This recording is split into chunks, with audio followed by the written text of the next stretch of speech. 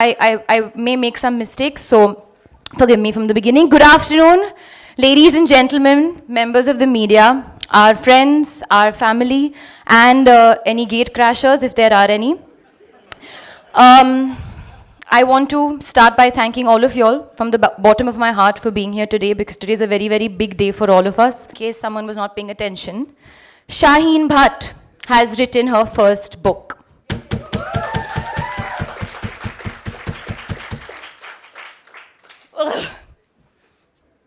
I've Never Been Unhappier is an honest, bare tale of her life and her frequent visitor, depression. Okay, so it doesn't happen very often, but the whole Bhatt family is in the room tonight, okay? I'm just giving you a couple of warnings. We are a passionate bunch, and when we're together, we either scream or we cry, and there is some laughter, but it gets intense. So I'm just warning you all. Shaheen very clearly told me, when I asked her, I said, how do you want your launch to be? She said, I want it to be intimate. And intimate it will be, because we're going to sit as a family. And also she said, Shaheen being Shaheen, I don't want this to be just about me. I want this to be about mental health. I want people to watch our conversation today as a family and learn from it and hopefully follow it. And we should ask important, relevant questions related to depression and mental health and address it as a family, because this book goes way beyond me. And I think that's amazing for you to say that, Shaheen. Okay, so let's begin the afternoon and the event. So if this was The Lion King, then we've reached that point in the movie where it's time to show off Simba to the world, right? And we can't do that without Mufasa. So, Mufasa, Mahesh Bhatt, who's also written the foreword for the book, please say some wise words. I mean, wow. Just try. I've come armed with some notes. Well, first of all, I think the tone has been set much before the book launch is here, and thank you, Barkha, for doing such a fantastic job. Just when I thought that the world of news is dead, you shocked me, jolted me, and said, no, don't be so cynical. There are people who are still alive and can reach the depths where you live. So thank you very much. There's something deep and pure which comes right from the heart of the earth. It's well water. The word welcome means come to the well. Come to the well. That's the origin of the word welcome. I think this book comes from the deepest part of my child's heart. And she once again taught me that lesson which I learned when I was barely 15, 16. That human suffering is the womb from which from where all great art, religious movement, political movements originate. Human suffering is the springboard of culture. And I think it is pain that works as the glue. As the politicians try to tear us apart and keep us apart for their self-aggrandizement, it is pain, the heritage of man, that keeps us together. That's why, as we celebrate 550 years of Guru Nanak Sahib, he said, Nanak dukhiya sab sansar. It's pain which is the glue which holds people together. And I think it's that that has brought this gathering here. It is that that has created such a phenomenal response for this book. It's already #1, I'm told. And I think just when we start feeling very dismissive about the times we live in, I think I'm very stunned by the generosity of people. The kind of responses Shaheen got just proves that human beings are very generous. And I was astounded by the kind of phenomenal feedback and the kind of abandon with which they bared their hearts just because of that interview, Barkha, that you did. So there's a world outside in this virtual age when we claim to be so fiercely connected and yet are so alone. There is this screaming evidence that we are just dying to reach out to each other. That's why there's a great share of Iqbal Saab कि फासला शिद्दते एहसास से कम होता है एक ज़रा हाथ बढ़ा ले तो छू लूँ तुझको बात ज़रा से हाथ बढ़ाने की है and then you see how many hearts you touch. But as I conclude, I can go on and on. I remember that Sufi fakir I met on Mahim Dargah when I was 15. He said to me, Baba, ऊपर वाले से मांग दुआ मांग कि या अल्लाह तकलीफ दे. तो ऐसे ये कौन सी दुआ है? इसे बेटा दर्द जगाता है. अगर दर्द जगाता नहीं तो तू रात को यहाँ पर सिगरेट ढूंढता हुआ यहाँ पर मस्जिद के पास घूमता नहीं होता. So I think it is pain that keeps us awake, and it's pain that made Shaheen put pen to paper. And as the great Dalai Lama said, that it's the human obstacles that bring out the gold from you. And I'm a proud father of 3 daughters and 1 son who was not here, I think. But I learn from my children. My children have taught me. Thank you, Shaheen, for teaching me. Teaching me that you did not let your pain go to waste. Thank you very much. I'm grateful. Thank you.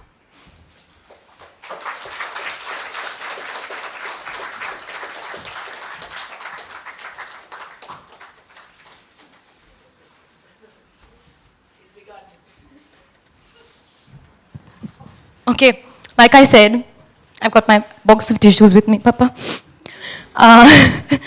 So, I'd like to now call on stage the Bhatt family, my brilliant, beautiful sister, Pooja Bhatt, the creator of us, my mother, Soni Bhatt, and the woman of the moment, everybody, Shaheen Bhatt.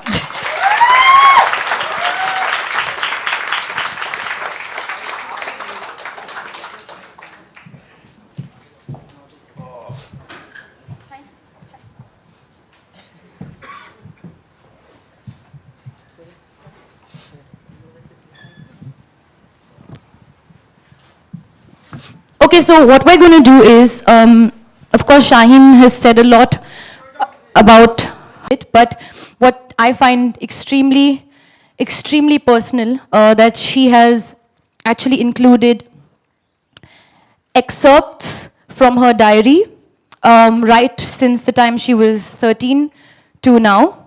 And today we're going to read 2 of those excerpts, just Shaheen writing into her diary. And then we'll talk a little about it as a family and ask some important, relevant questions to each other. So I would like my mum to read the first entry of Shaheen as a 13-year-old, right, Shaheen? Yeah, as a 13-year-old Shaheen. Okay, just to say hello, everybody. Somebody else's glasses. I don't know how it's going to turn out. I'll try. This is our life. And they were very scared that I shouldn't read this out because it's emotional on top of it. Nina, your glasses are really weird. Okay. Time, 9:35 p.m. Date, 6/2/2001. Dear Diary, why do I even start off this way? I have a splitting headache. I could almost die from the pain. Today was a bad day. I woke up late and I hardly studied, but I went to the market in the morning since I had to buy pens for the exam. I didn't have much lunch. I spoke to Namita in the afternoon. Only spoke for about 15 minutes. I got sad after hanging up.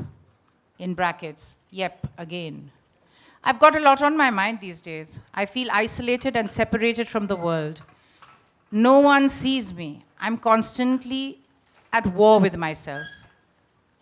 I know it's very cliche, but that's the thing. I only feel like crying these days. I get sad very suddenly. I feel like I'm no good. I know I'm fat and I don't look good, and school worries me. I'm no good at maths or Hindi. I'm afraid I'm going to fail this year and then everyone will think I'm a loser. I think Mama and Papa also expect a lot from me.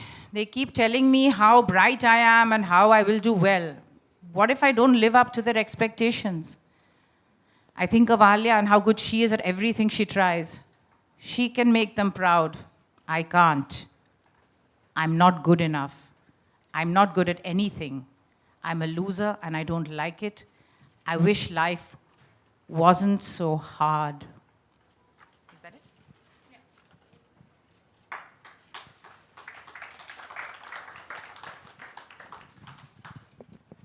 Okay, so Shaheen, you remember this moment when you were writing this? Do you have like a idea or a sense of? Yeah, kind of. Not exactly, but kind of. It was, obviously, it was during, just before exams. And yeah, I was feeling very inadequate. And I think that's how everything started for me, was just this overwhelming feeling of inadequacy that I had all the time. And I mean, it started as emptiness, which then flowered into this very all-pervasive inadequacy that just never went away, no matter what I did. It shadowed me everywhere, school, home, everything. And I'm guessing this is very early on when you started feeling this way. Yeah. When you mentioned in this diary that you spoke to Namita, who is Shaheen's best friend, who's with us today. Did you mention did you tell Namita how you were feeling on the phone? She was actually the only person I told, weirdly, because I mean, that's the thing, I didn't know what it was at the time. It was just, I'm not feeling, I just cried all the time. So we would literally sit and cry together on the phone. She would sit and listen to me cry for like half an hour, 45 minutes at a time, and just be like, okay, you're done now? Okay, fine, I'll call you later. I have to go for dinner. My mom's yelling. So we'd just do that. Even in school, we'd go, like we had a ritual. We'd go sit outside during recess, sit together, listen to sad songs and cry together. That's just what we did. So it was just it was a general feeling of just, at that age, feeling very confused and lost and not understanding why I kept feeling like this and not knowing what to do with it.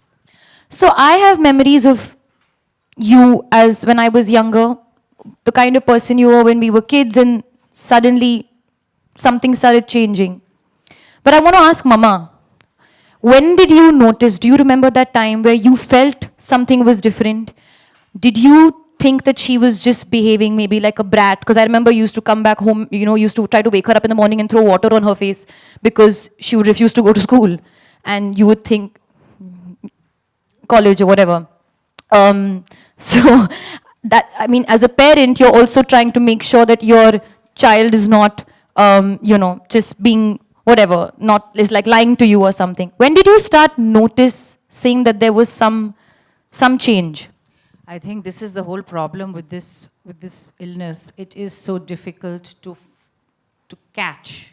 You don't know when it starts. You don't know when. I really don't remember any one moment. I remember Shaheen becoming very quiet at around about the time she was about 13, 14, 15, which I assumed is very normal. I was also the same. I also used to cry at the drop of a hat when I was an adolescent. And any mother will think, okay, now it's adolescent, it's hormones. I used to tell her also, you feel emotional, whatever. But I don't remember that part. I remember much later than that, when she started having trouble getting out of bed in the morning. And that was actually due to the fact that she was not able to sleep in the night. So insomnia is one of the biggest I would say signs that something is very, very wrong. And when you have chronic insomnia and you literally don't sleep the whole night. I didn't even know this. I didn't know anything because Shaheen did not tell me.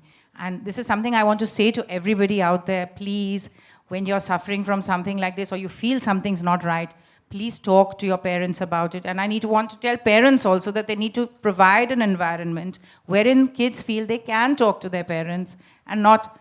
I don't think we provided an environment where you felt you couldn't, but you still didn't. That is the strange thing. So I didn't know for a long time. But I think when I finally started realizing something was not right, was when she actually came and told me. But before that, I had already told her, I said, Shaheen, if there's anything wrong and you think you need to go and see somebody, I will take you to somebody. But because I know my daughter, I know how stubborn she is. If I had said, come with me and I'm taking you tomorrow, she wouldn't have come. Or it would have been very difficult and she would have resisted everything. So I knew it had to come from her. So I said, When you're ready, I will take you to see somebody. Just tell me that. Okay, one second. I just want And to. it took 1 year. Took I- her 1 year to come to me. I want to come back to the point you just said that she resisted. Shaheen, would you say out there for anybody who's watching this or who'll read whatever is written from today's event that it's normal to feel resistance to talk to people and to go out and get help? Like if somebody says, I think something's wrong with you, should we go talk to somebody? Do you feel like the resistance is a very normal, natural feeling? Yeah, absolutely. Because I mean, first you have to accept that you feel like there's something wrong that you need to get help for, which initially I knew something was wrong, but I was very adamant that I figure out how to fix it myself because I thought it would make me, I thought I was a very self-aware, intelligent, well-read person who, like, what does it mean that I can't figure my own shit out? I should be able to, I should be able to figure this out by myself. And so, yeah, I resisted. Also, I didn't like the idea of going to a therapist. I didn't like the idea of meeting a therapist. Why? Because I was young, and at that age, I honestly thought it meant that I'm crazy. I thought it meant that, okay, she's something wrong with her. She can't figure out her own brain. She need to go talk to somebody. Finally, when I realized it was completely out of my control, that's when I went and spoke to mom, and I was like, listen, whatever I'm doing is not working. I can't fix it. This is not happening, so I need to see someone. Papa, you've mentioned time and again when we've had conversations that you've kind of felt maybe you've been depressed all your life and you just never knew about it. You feel a sense of like a melancholic feeling. When you've read Shaheen's book, you've heard her speak about, the way she feels. Do you relate to it? And in what way do you relate to it?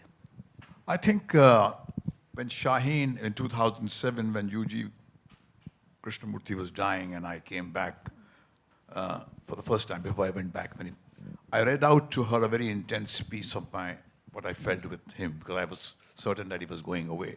And he was the very breath of my existence and the bedrock on which the edifice called my age but stood. And I remember at midnight after I came back and I read out to her the piece because I wanted to exhale. And she was hardly 18 or 19 and I read out to her and I could see that she inhaled me and she absorbed me and then she said to me, Daddy, your life is over. Because people spend a lifetime wanting to touch the peaks of the emotions that you have felt. And they don't come anywhere close to it. And she comforted me, but after she comforted me, I put my head to rest. It hit me that the very fact that she could understand meant that there was a landscape where she lived, that there was a quotient of pain that she had a reference point to. And she was just a child. That's when I felt that, like what I've written in the foreword, that it was Nietzsche who said that when somebody would not understand him, he would say, it's fine. It would only upset his intellectual vanity. But his heart would bleed when he would feel that, oh, this guy understands me or she understands me. That means the person has a reference. But I think Shaheen did tell me that it was because she found me the way I was, she could cope with the lows of life because she felt that, oh, my old man has been through this and he has survived. So I guess something may be right with me. That's what she said to me. And I think, yes, I have been, I think ever since I remember, I've been an insomniac. And I think I have lived with what is called functional depression. My alcohol abuse, my substance abuse was a part of self-medication. Till she cured me when she was born. And I think my children have inherited it. If I think Pooja hit the bottle at a stage of life, and it was because maybe she has that predisposition towards that depressed gene. And I think, yes, it's a biochemical disorder which is genetically passed on. And I think what is very important to say is that today, I sit down here, my heart goes back to 40 years ago when Praveen Babi spiraled into the abyss of madness, and there was ignorance about that thing called mental disorder. It was something that nobody would talk. I can never imagine that here in the entertainment world, you'll be sitting down and talking so candidly about something called the mood disorder, which is a biochemical disorder. So the larger issue I think we were discussing, Shaheen and me, is to use this platform to raise a larger issue that is psychiatry the way out, or it's a biochemical disorder that needs to be treated biologically. And I think the doctors need to come out clean, and I think people like Barkha must take up this job to crusade for this, that it's a biochemical disorder, it's an organism which is got a way of functioning, and with that organism you want to fit the child into this brutal sick world, and because he or she cannot fit in, you send them to the psychiatrist and want to fix them. So these are larger issues that the book has raised. Okay. We're now going to read the next excerpt. I hope I'm saying that correctly, because I earlier called it expert. It's excerpt, right? You know, when these very, very intelligent bhards and I come and sit and speak. Anyway, this is a journal entry of this year, 2019. I'm not going to mention the age because Shaheen will kill me. But I wanted to read this out because I feel like it's very important to see how the words have changed as a 13-year-old Shaheen and as a Shaheen of this year, but the feeling stays. So this is 2nd of March, 2019. It's my birthday month. I'm coming undone. Slowly but surely, I'm coming undone. From the inside out, it's eating away at all that I am. It's turning my insides to mush. It's obscuring everything. I don't fit anywhere. I'm unstuck, untethered, adrift. Everything hurts. Everything still hurts. It was supposed to be better by now. Why does rock bottom go further down each time?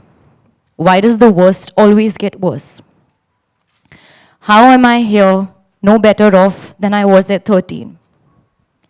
I'm stupid, I'm worthless, I'm laughable, I'm empty, I'm useless, I'm a burden.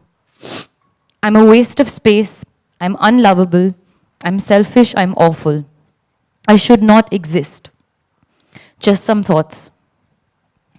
This is where they all say it started. But she seemed fine, they all say. I don't know why I'm here anymore. I don't see the message. What am I missing? This makes less sense every day, every moment.